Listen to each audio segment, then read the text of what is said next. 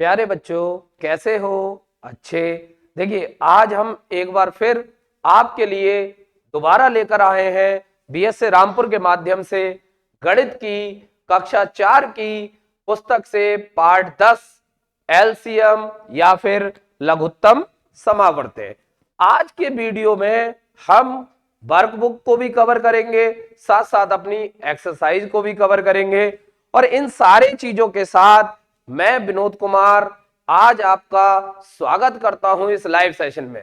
सबसे पहले एक रिक्वेस्ट है कि आप इन वीडियो को ज्यादा से ज्यादा लोगों तक शेयर करें और ज्यादा से ज्यादा लोगों के चैनल को सब्सक्राइब करवाएं और जो भी टीचर यहां पर पढ़ा रहे हैं उनके सेशन को जरूर से जरूर देखने के लिए दूसरों को भी प्रेरित करें। चलिए आगे बढ़ते हैं। तो आज का हमारा टॉपिक है लघुत्तम समावर्त्य या हम कह सकते हैं लीस्ट कॉमन मल्टीपल।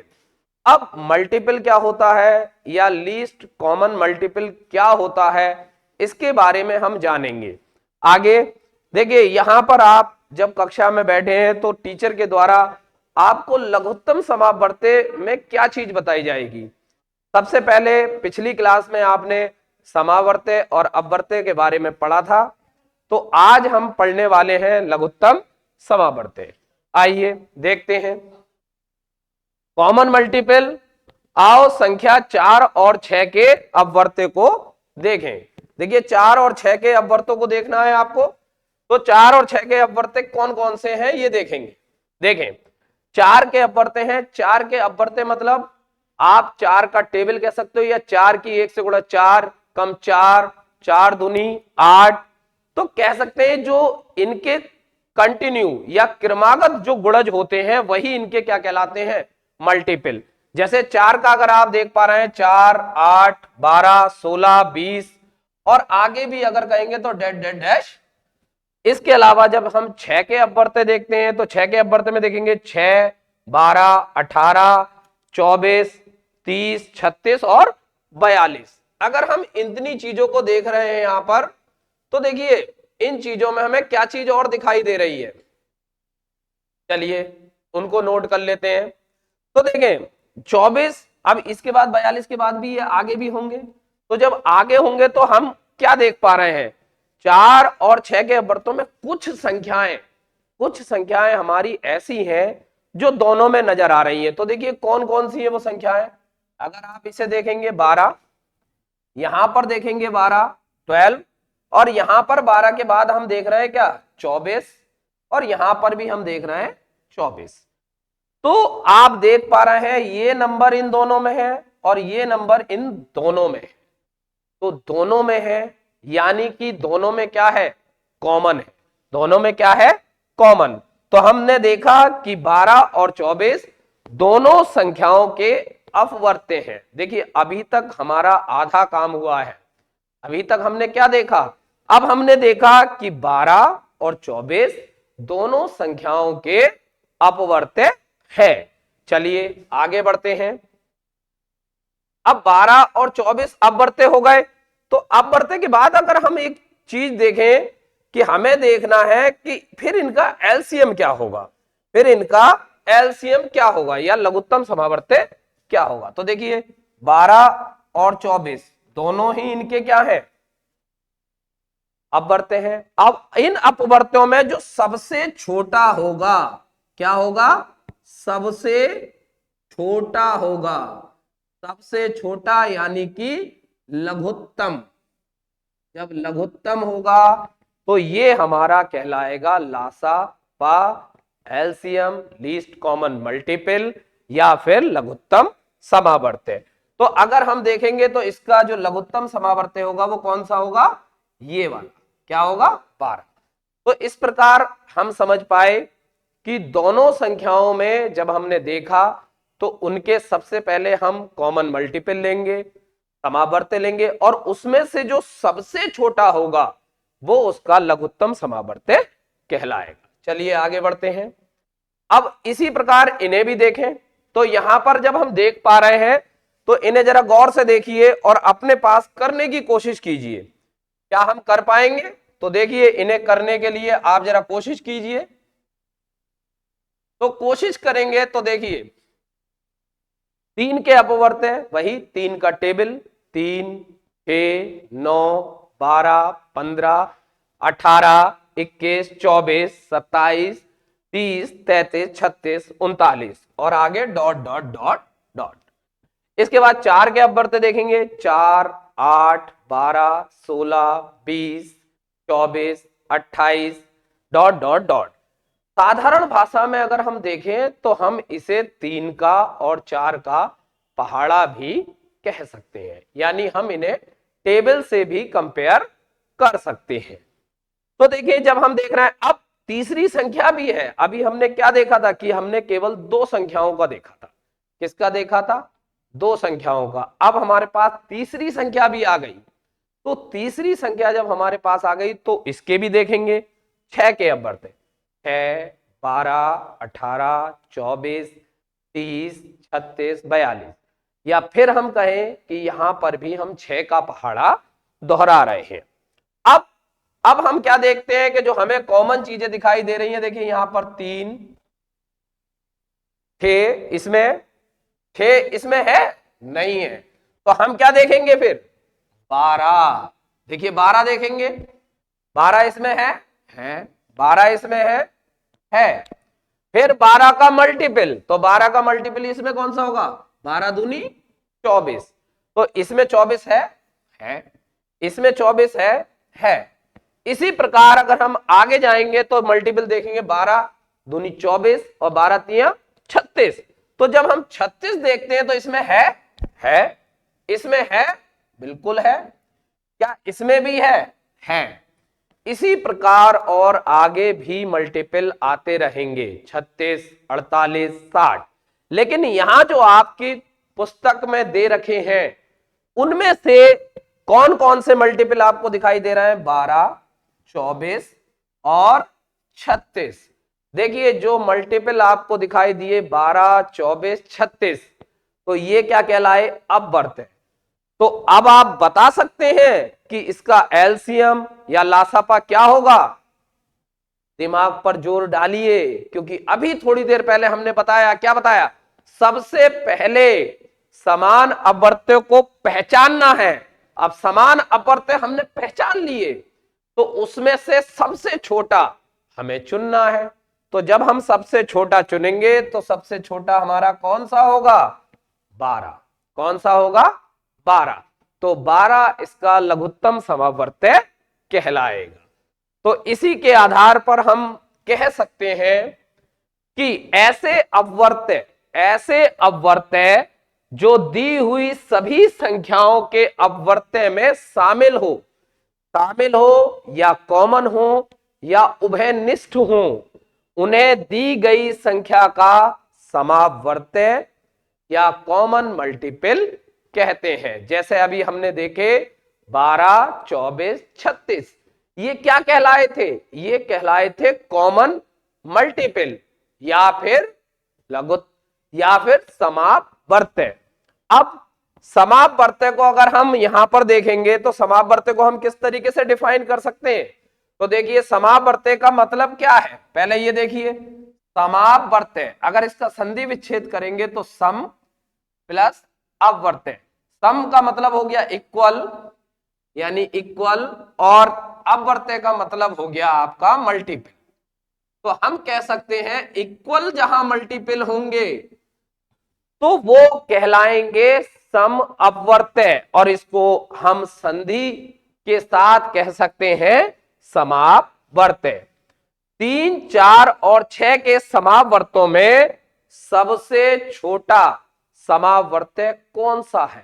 3, 4 और 6 के समावर्त्यों में सबसे छोटा, देखिए 3, 4, 6 के हमने जब बताए थे तो क्या बताया था? 12, 24 और क्या बताया था? 36। अब इन्होंने कहा सबसे छोटा कौन सा है, तो सबसे छोटा कौन सा था?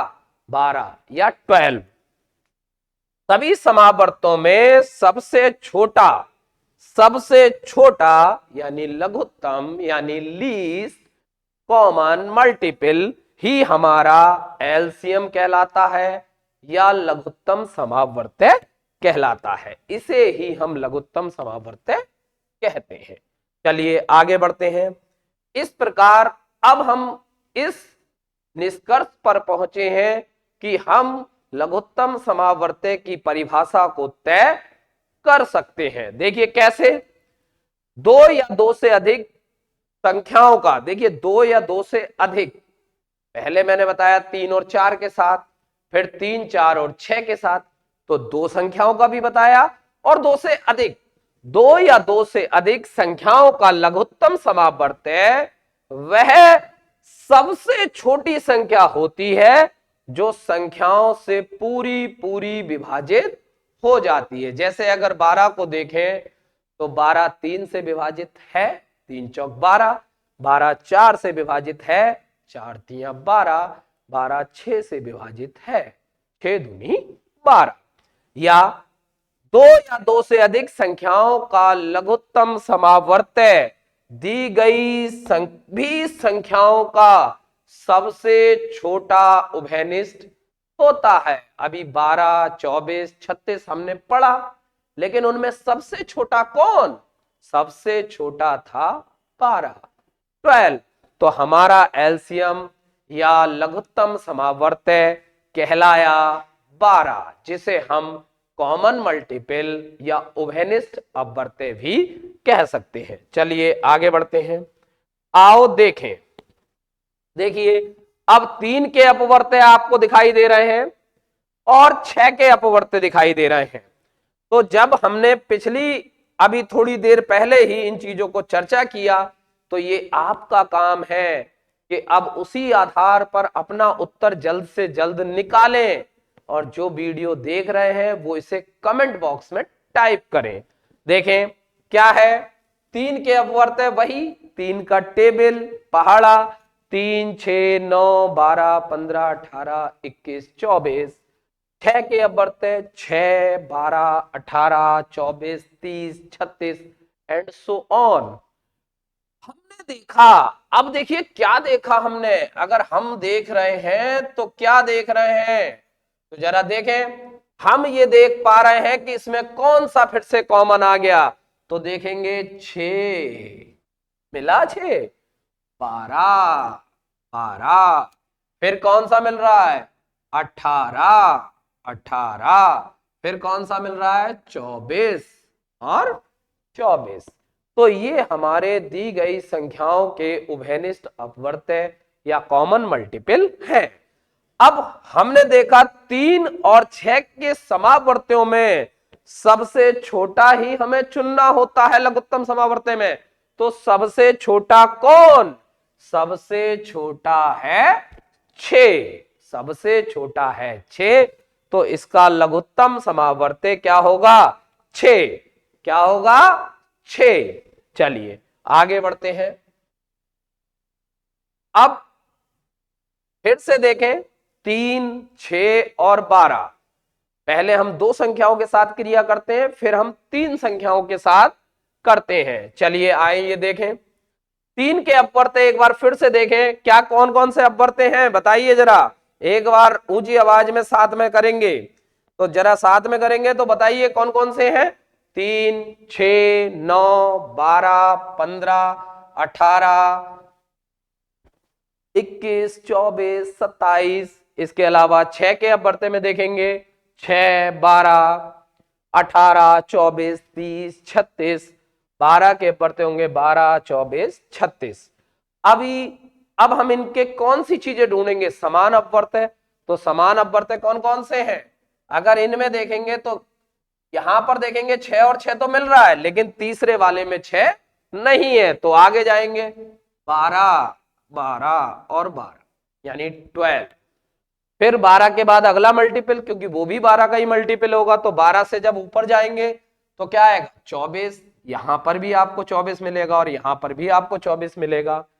फिर इसमें 36 है? नहीं है, इसमें 36 है, लेकिन हाँ अगर इसको हम और आगे बढ़ा दें 30, 33, 36, तो यहां पर हमें 36 मिल जाएगा। तो यहां पर भी 36 होगा और यहां पर भी 36 होगा। तो हम देख सकते हैं 3, 6 और 12 के समान अपवर्त्य कौन कौन से हैं? 12 और 24। अगर इसमें 36 होता तो तीसरा कॉमन अपवर्त्य 36 होता, लेकिन यहां पर क्योंकि दो ही दे रखे हैं 12 और 24। अब दोनों संख्याओं के समावर्त्य में सबसे छोटा कौन?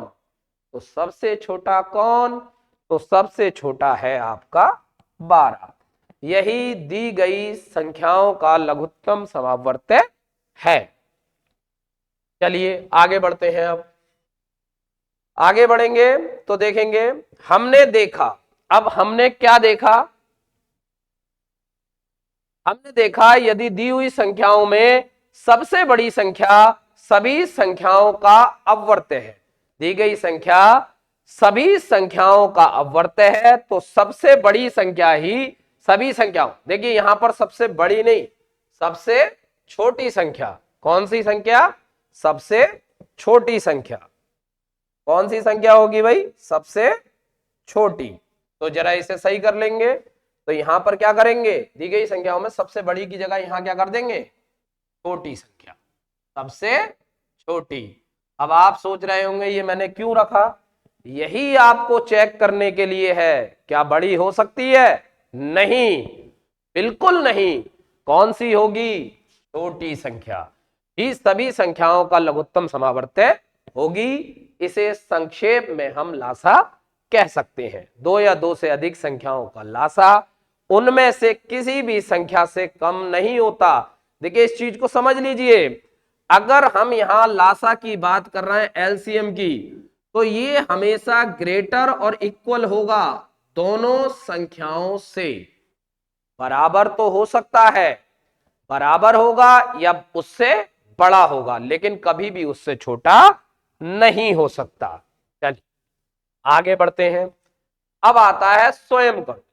स्वयं करो, अभी हम पीछे करते चले आ रहे थे कि हमारे पास कुछ क्वेश्चन थे और हमने आपको कराए, और अब आपकी बारी इन क्वेश्चनों को आप कैसे करते हो।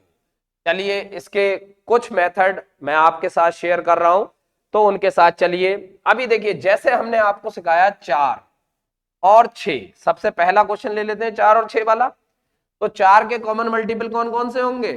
4, 8, यहां पर 12, 16, फिर 18, 18 होगा नहीं, 20, 4, 16, 20, फिर उसके बाद 24, 24। 6 के कौन कौन से होंगे?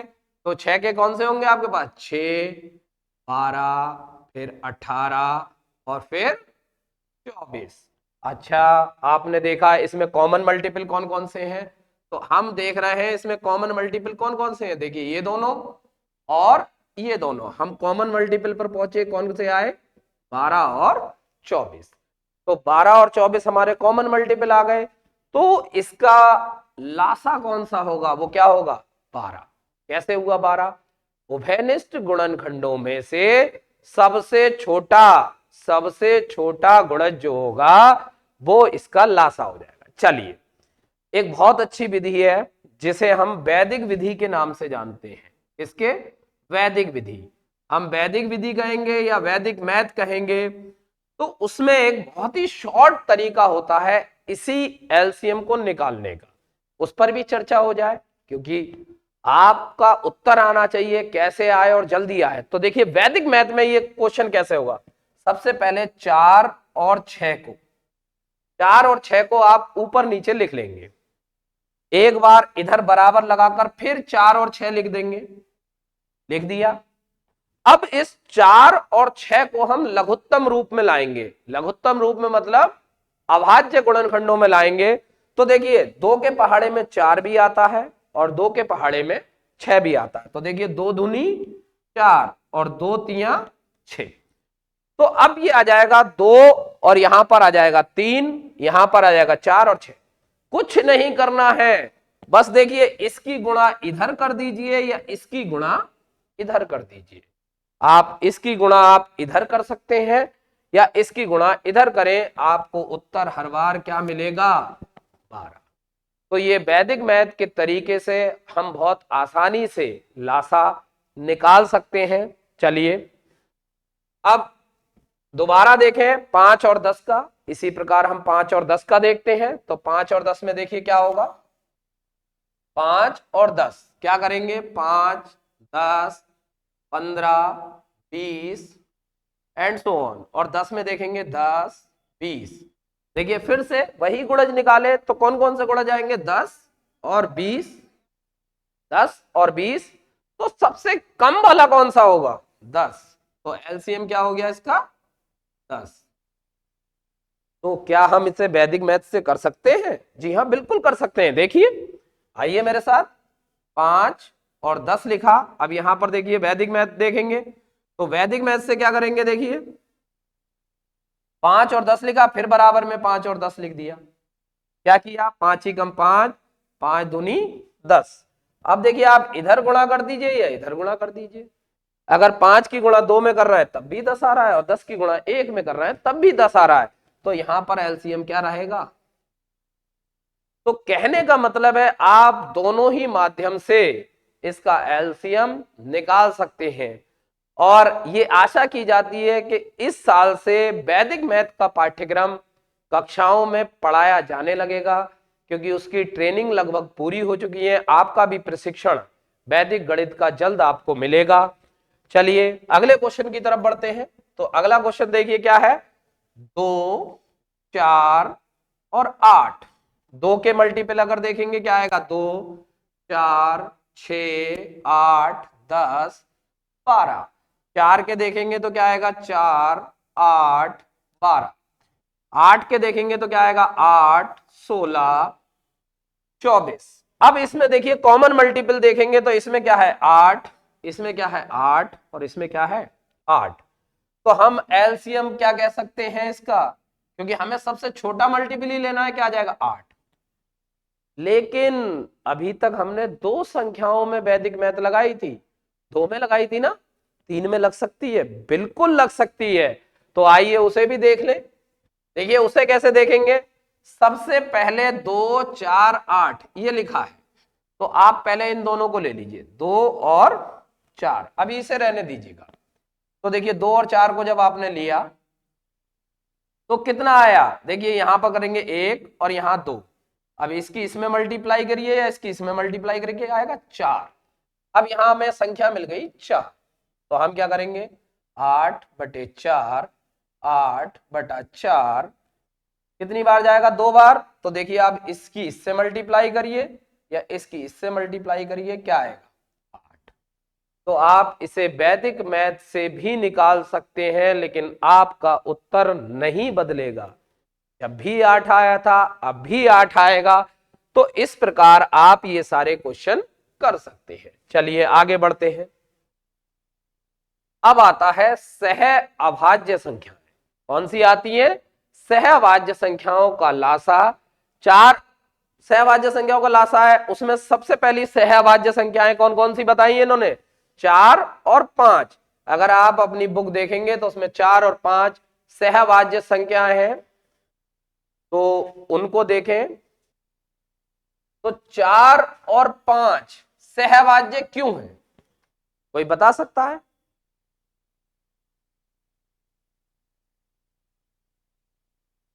सहअभाज्य संख्याएं